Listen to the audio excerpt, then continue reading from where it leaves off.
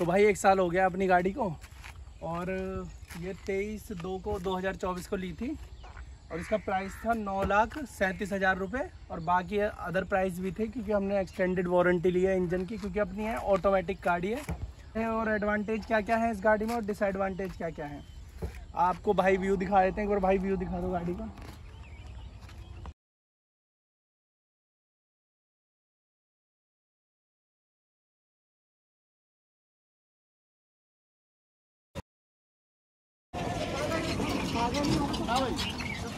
तो ये है VXI मॉडल है, बेस से एक ऊपर, और एक और मॉडल आता है इसमें आपका, एक और मॉडल आता है ZXI। तो इसका प्राइस रेंज तो मैंने आपको बता दिया। अब बताते हैं कि एवरेज और मेंटेनेंस कॉस्ट क्या रहता है, लेकिन मेन है कि एवरेज कितनी रहती है और ऑटोमेटिक में मेंटेनेंस कॉस्ट क्या आती है। क्योंकि ऑटोमेटिक गाड़ी सुनते ही सबको लगता है बहुत खर्चा है, लेकिन ऐसा नहीं है। तो हमारी एवरेज के बारे में बाद में बात करेंगे, पहले हम बात करते हैं मेंटेनेंस कॉस्ट के बारे में।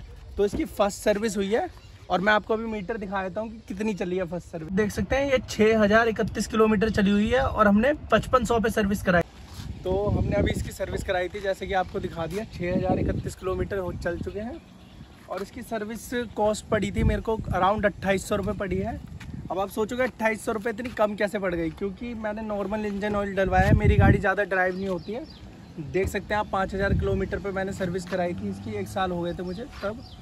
तो ये ड्राइव ज़्यादा होती नहीं है, इसलिए मैंने इसमें नॉर्मल इंजन ऑयल डलवाया। आप चाहें तो सिंथेटिक इंजन ऑयल भी डलवा सकते हैं, वो आपको 4-5 हज़ार का पड़ जाएगा। तो 2800 रुपये में इसमें इसकी थर्ड सर्विस थी, जिसमें नॉर्मल काम हुआ है, सिर्फ इंजन ऑयल बदला है और थोड़ा मोड़ा काम हुआ है, ज़्यादा कुछ खास चेंजेस हुए नहीं थे। और तो ये हो गया आपका सर्विस का खर्चा। अब आपको बताते हैं एवरेज। आइए अंदर। तो दोस्तों अभी मैंने इसे सिटी में भी ड्राइव कर लिया है, अच्छे से 1 साल हो चुका है। सिटी में भी ड्राइव कर लिया है मैंने इसे, और आपका लॉन्ग रूट पे भी चला गया हूँ मैं। ऋषिकेश चला गया हूँ और मेरे गांव तो जाता रहता हूँ। 150-200 किलोमीटर पड़ता है वो यहाँ से। तो मैं आपको दिखाता हूँ कि इसकी एवरेज अभी एक्चुअल मीटर क्या दिखा रहा है आपको। तो मीटर अभी दिखा रहा है, आप देख सकते हैं 17.4 की एवरेज दिखा रहा है मीटर, जो कि काफ़ी बेटर एवरेज है डिज़ायर के लिए। लेकिन रियल एवरेज भाई, मैंने सिटी में इसे ड्राइव करा और मोस्टली आप देख सकते हैं एसी चलता रहता है, तो एसी पे ड्राइव होती है अपनी गाड़ी। फैमिली के साथ ही चलते हैं। तो 5 पैसेंजर थे और सिटी में जब मैंने ड्राइव करा था, ये मेरे को 12 की एवरेज दी है इसने निकाल के, वो भी ट्रैफिक के अंदर। और मैं जब ऋषिकेश लेके गया था तो यहाँ से कम 250 किलोमीटर जाना और 250 किलोमीटर आना, तो उसमें इसने मेरे को 18.5 की एवरेज निकाल के दी है, जो कि बहुत अच्छी एवरेज मानी जाती है क्योंकि सुजुकी की गाड़ी है। और आप देख सकते हैं ऑटोमेटिक है, तो और ऑटोमेटिक पे आपको 18 की एवरेज लॉन्ग रूट पे और सिटी में 12 की एवरेज देना काफ़ी बेहतर माना जाता है। और ऑटोमेटिक गाड़ियां आपको काफ़ी लो एवरेज देती हैं। जो लोगों की मेंटालिटी है गाड़ियों को लेके, ऑटोमेटिक कार्स को लेके, कि एवरेज कम देती है, बट ऐसा नहीं है। लॉन्ग रूट्स पे आपको अच्छी एवरेज मिल जाती है, लेकिन दिल्ली के अंदर आपको एवरेज का थोड़ा इशू होता है क्योंकि ट्रैफिक ही इतना। तो एक तो ऑटोमेटिक कार है अपनी, उसमें आपको पता ही है न्यूट्रल मिलता है, ड्राइव मोड मिलता है और रिवर्स मोड मिलता है, और एक मिलता है मैनुअल मोड। मैनुअल मोड के अंदर गेट्स को अपने अकॉर्डिंग शिफ्ट कर सकते हैं। और यहाँ पर आपको मीटर में भी दिखाई देता हूँ मैं आपको। यहाँ पर न्यूट्रल दिखाई दे रहा है, अगर मैं इसे डी पे करूँगा तो डी आ जाएगा, और अगर मैं आर पे करूँगा रिवर्स पे तो आर लिखा। तो ये बटन्स मिल जाते हैं सारे रेडियो वगैरह के, ब्लूटूथ कनेक्ट करने के लिए, और ये वॉल्यूम अप डाउन का और म्यूट करने के लिए ये सारे बटन्स मिल जाते हैं। यहाँ पर विंडो अप डाउन के लिए ड्राइवर साइड में बटन्स मिल जाते हैं चारों विंडो के लिए, और कार लॉक अनलॉक के लिए हो जाते हैं। और ये आपको साइड मिरर्स के लिए मिल जाता है, जिससे कि आप इसे एडजस्ट कर सकते हैं। साइड मिरर्स फोल्डेबल भी हैं, आप देख सकते हैं। तो साइड मिरर्स फोल्डेबल है। और मैंने एक काम बाहर से कराया है, मैंने ये एंड्रॉयड लगवाया था बाहर से, जो कि मेरे को नहीं लगता कि फ्रूटफुल रहा है, क्योंकि मैंने 6000 का लगवाया था, सस्ते के में ही गया था मैं।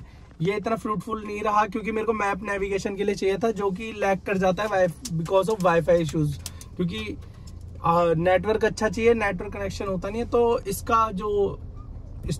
इसका जो स्टॉक इंफोटेनमेंट सिस्टम था वो काफी बेटर है। और एक और फीचर है गाड़ी में, यहाँ पर हैंडल के नीचे आप देखेंगे तो यहाँ पर एक ये लॉक दिया गया। अगर आप इसे हटा देंगे तो हैंडल नीचे हो जाता है, और अगर इसे लगा देंगे तो ऊपर हो जाता है। तो आपने अपने कंफर्ट के हिसाब से ड्राइव कर सकते हैं। और गाड़ी में एक और अच्छा फीचर है, अपनी हाइट के अकॉर्डिंग एडजस्ट कर सकते हैं सीट को। अभी मैंने फुल ऊपर कर रखी है क्योंकि मेरे को कंफर्टेबल लगती है, तो आप अपनी हाइट के अकॉर्डिंग सीट एडजस्ट कर सकते हैं। ये एक फीचर दिया गया। बैक सीट पे आ गए हैं और यहाँ पर आप देख सकते हैं रियर एसी भी दिया गया है आपको गाड़ी के अंदर, जो कि काफ़ी अच्छा है और काफ़ी कूलिंग के लिए अच्छा रहता है। और यहाँ पर आपको एक चार्जिंग पोर्ट भी दिया गया है, लेकिन ये टाइप सी नहीं है, आपको 12 वोल्ट का चार्जर लेना पड़ेगा, देख सकते हैं आप। और यहाँ पर एक फैसिलिटी और है, देख सकते हैं कप होल्डर्स दिए गए हैं, आर्म रेस्ट की तरह भी यूज कर सकते हैं आप इसे, और कप होल्डर्स भी है अच्छे खासे। आप आराम से एक वीआईपी गाड़ी का फील ले सकते हैं डिजायर की VXI मॉडल में। बेस मॉडल में नहीं मिलेगा, LXI में आपको ये सब नहीं मिलेगा। टायर का साइज जो VXI मॉडल में आता है 165 80R14 का दे रखा है, तो ये आपका 14 इंच का टायर दे रखा है भाई VXI मॉडल में। बाकी आप अपने अकॉर्डिंग 15 इंच 16 इंच 18 इंच जैसे आपकी मन करे वैसे लगा सकते हैं।